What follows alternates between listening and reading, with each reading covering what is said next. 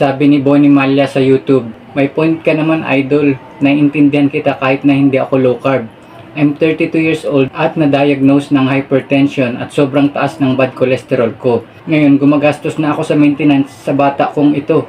Kaya kakapanood ko sa inyo isang araw di malabong ma-adapt ko ang low carb. Kasi ayokong umasa sa gamot. Salamat idol.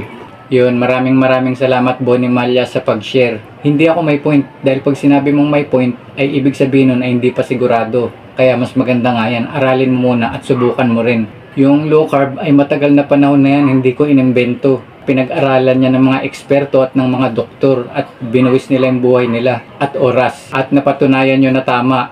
Kaso nga lang, tinuturuan tayo ng maling paniniwala. Sila naman yung mga hindi naka-low carb. Sila yung nagtuturo sa atin na kagaya nito, huwag kumain ng ganito dahil makolesterol to at limitahan lang pagkain ito dahil ito yung dahilan kung ba't magkakasakit. Pero ang totoo, hindi naman yun yung dahilan kaya tayo nagkakasakit dahil sa sugar. At pag sinabing sugar, hindi lang yun yung matamis. Sugar ay kanin, tinapay, noodles, processed food, sugary drink at sugary food.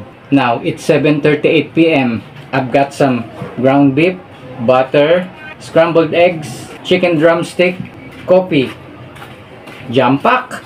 Let's go!